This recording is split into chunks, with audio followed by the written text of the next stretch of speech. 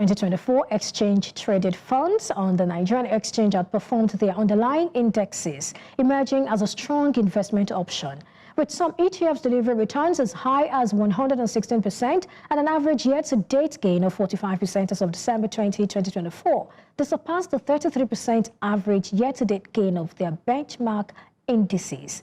Today, we will be considering the growing role of exchange-traded funds in wealth management and investment strategies. Well, I'm not doing that alone as usual. I have Jesu Shetuntu Ajagun, Portfolio Manager at Vertiva Capital Management, right here with me. Thank you, Jesu Shetuntu, for joining me today. Thank you for having me, Perpetua. All right, so looking at the performance, what factors do you think contributed to the strong ETF performance we saw in 2024? All right, thank you. So in 2024, we saw that the performance of the individual securities that this exchange-traded fund houses contributed to the performance that we saw in 2024. And we need to note that the performance of these individual securities are being triggered by the market performance. So in 2024, we saw that the all-share index returned about 37% year to date. And we saw other sectoral indices as well also do really well. Oil and gas did over 100%. Insurance as well did really well.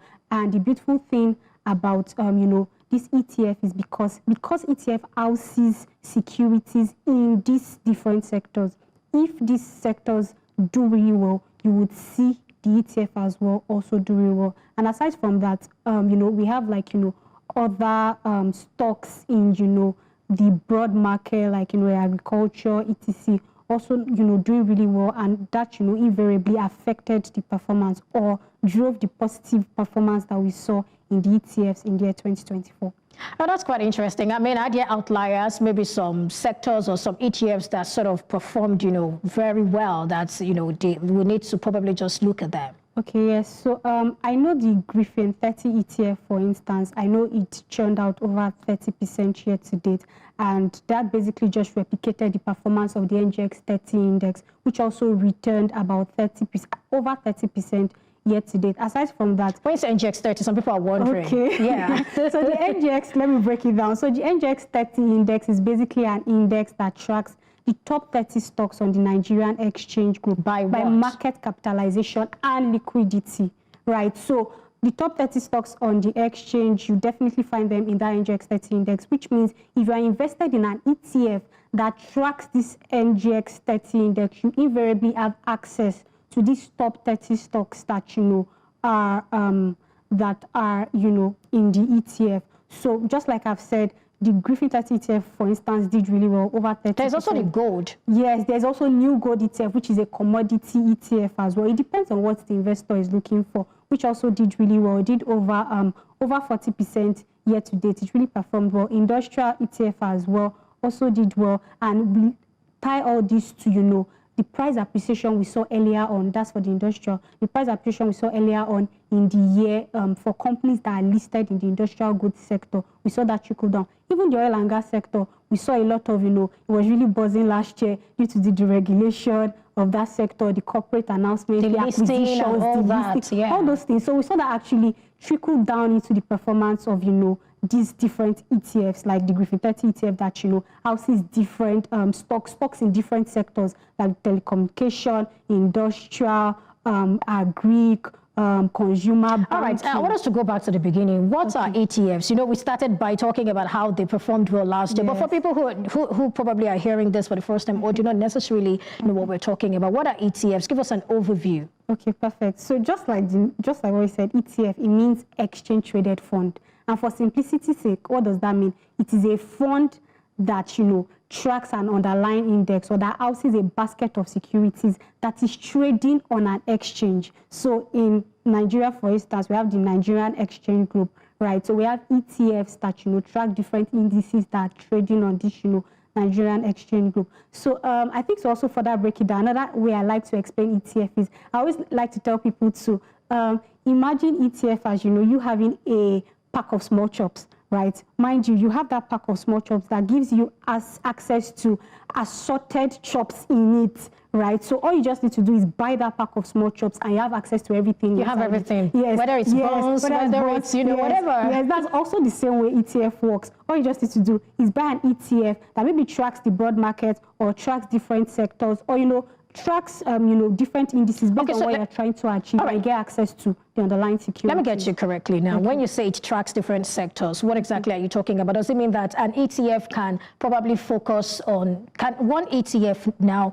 focus on maybe, let's say, just the banking index, or will it bring in banking, industrial, maybe consumer goods? How does it work? Okay, interesting. So I think that would lead me to the different type of ETFs that we have basically. So we have different type of ETFs. We have sector-specific ETFs.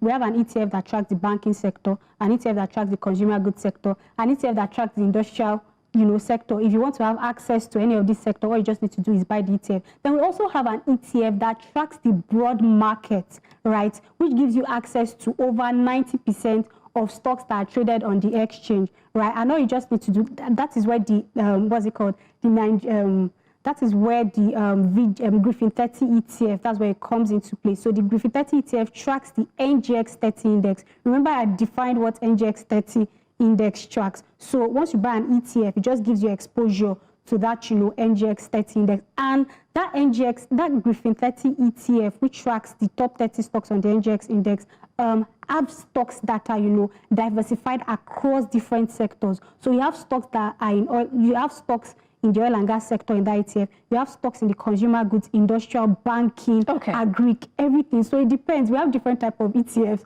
honestly, for different purposes based on your objective or the objective you're trying to achieve as an investor. Talking about objectives, I think I'll come back to that. But one thing I want to know is, one of the things I've come to realize is when you look at the various ETFs we have in Nigeria, most of them are equity-based. Maybe just a few or even one on commodities and then maybe a few on bonds. Why is that? Well, I think aside from Nigeria, globally, we have more equity-based ETF because equities are definitely more popular. I'm not saying they're not fixed income ETFs, but if you also look at, the fixed income universe, it can sometimes be, should I say, hard to administer. But I think it's still like, because of the popularity of equity ETFs, I think that's why we've seen more equity ETFs in the Nigerian market and also globally. But then it doesn't mean we don't have more room. I mean, there's still more room for growth because ETF just basically helps, investors and, the market, basically expressing the market opinion or diversity. Yeah. That's interesting. Okay, so you were saying something earlier. I'd like you to talk to us about the adoption level in Nigeria before we come to that.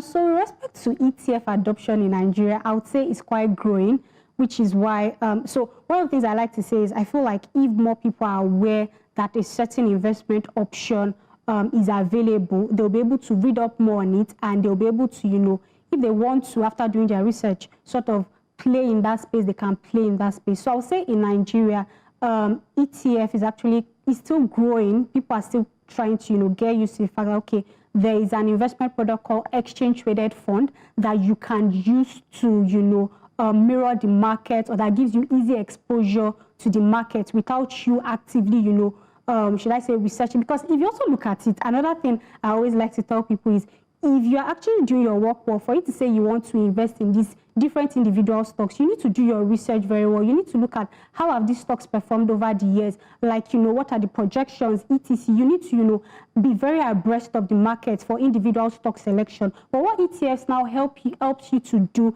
is, as opposed to you stock selecting, it houses it. You get my point? And it gives you access, there's diversification benefits. So that way it reduces, stock selection issues, quote unquote, because with an ETF, you just get access to whichever sector you want or the broad market. So now, how does that differ from mutual funds? Because it's sounding like you're talking about the same thing. Interesting. Now, by the name, we say exchange traded fund. So an ETF is traded on an exchange, which means once I have a stockbroking account, all I just need to do is I initiate my trade with my stockbroker, and I buy it, as opposed to mutual funds, which are not traded on the exchange. So you can actually have, let me say, a mutual fund that is listed on the exchange. And when it comes, it is exchange traded, but basically just that name, exchange traded. Then aside from that, another thing is with mutual funds, most mutual funds we have in Nigeria, they're actually actively managed, which means it requires the portfolio manager being on it actively, and definitely reshuffling or something. Reshuffling, yes, okay. You have to rebalance and etc. Make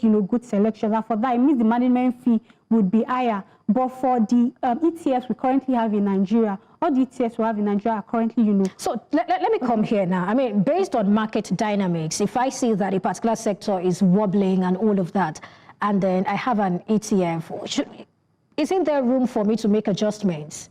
Yes, so you can actually, that's called portfolio construction. You can definitely you can definitely construct your portfolio, decide to say you want to exit, decide to say you want to come in. I mean, you're saying wobbly, it means that the prices will definitely be going down at that time. It depends on your objective and also the projection for that sector. It might be a good time for you to say, okay, so let me simplify this. Okay. Let's say I bought an ETF that is probably tracking a particular sector, maybe consumer goods, right? And at the end of the day, consumer goods are taking the hit as a result of interest rate and, you know, some other things.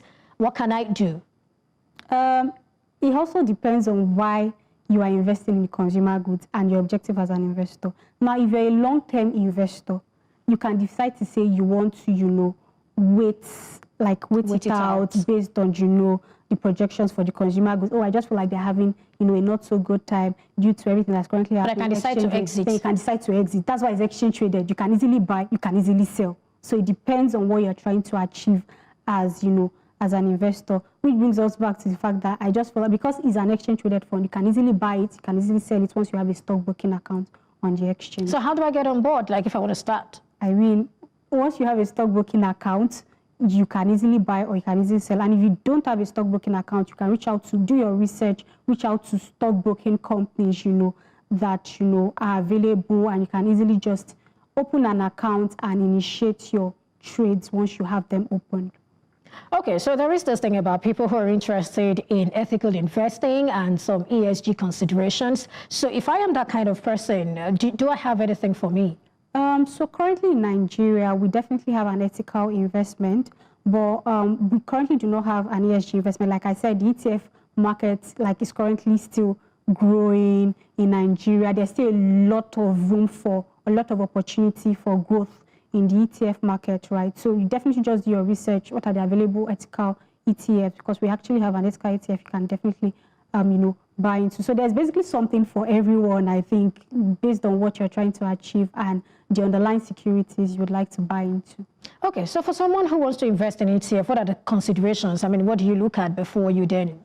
What should I look at before choosing? So you definitely have to look at how has the ETF performed over the years. Number two, what are the, you know, benefits that this ETF is offering you? And also, what's your objective as the investor? Are you trying to invest in ETF because of capital appreciation or because of dividend payment, right? Because those are two major reasons why you see investors playing. Okay, there's also dividend payment. Yes, there's also dividend payment there. So you see some people say, oh, I need dividend. There are ETFs that actually pay dividend, you know, consistently. And this is now where it gets interesting, right? You remember when I was defining, you know, the Griffin 30 ETF, all those different ETFs that, you know, houses different securities. Now, if those underlying securities that this ETF houses, if they pay distribution, right, it is expected that the ETF as well would pay distribution. I mean, depending on what the trust deed of that ETF actually states. So if the ETF, the underlying security is paying distribution, the ETF is also paying distribution, and investors as well are also paying distribution. But then going back to what should I look out for? So it depends on your objective. Am I looking for ETFs that pay distribution? Do your research. Has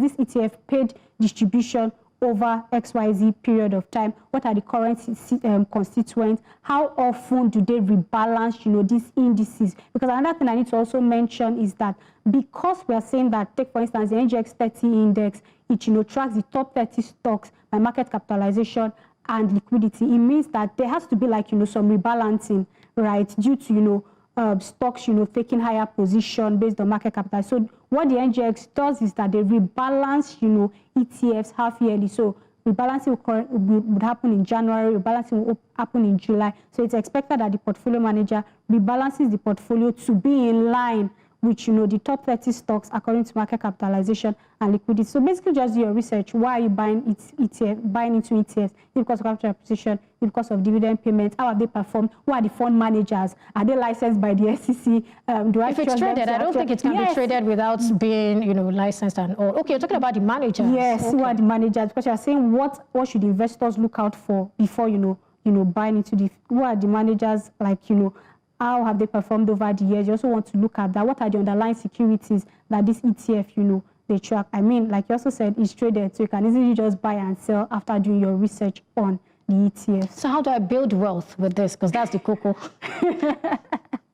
So, you know, the same way you would also build wealth using stocks, you can also build wealth using ETF. You can construct your portfolio using ETF. I can decide to say, I want to just, let me say, get access or get exposure to the broad market. And so I buy an ETF that tracks the broad market. Just before you continue, let me come in here. Now, if I had done an individual stock, I'm a shareholder, sort of.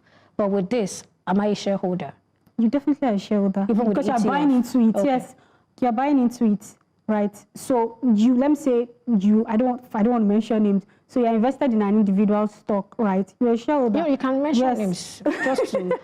So you're invested in an individual stock, you're definitely a shareholder. You're invested in an ETF, you are definitely what? A shareholder as well. So it just depends on, your objective and what you're trying to, achieve at the end of the day. But I think the ETF market is growing. Then another thing I was also trying to also sort of speak to is the portfolio construction side of things. So we've seen individuals, construct their portfolio using ETF. I can decide to say, I want to get access to I want to get exposure to, the broad market.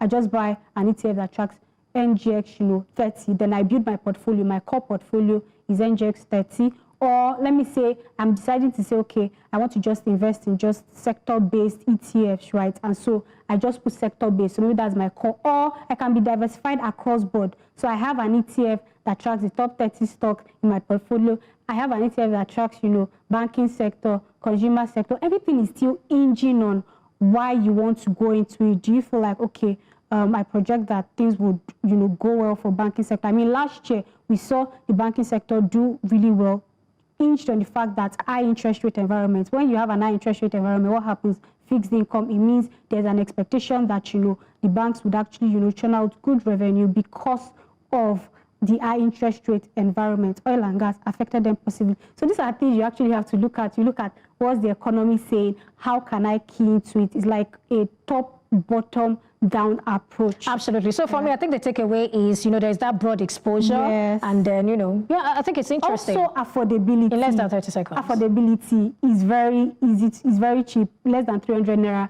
you can buy into an ETF. Transparency, you know what you're buying into. If you're investing in a money market fund, take for instance, transparency, you'll be able to know what. My director says I need to go. Thank you so much, Jesu Shetu Ajagun, for coming on the show.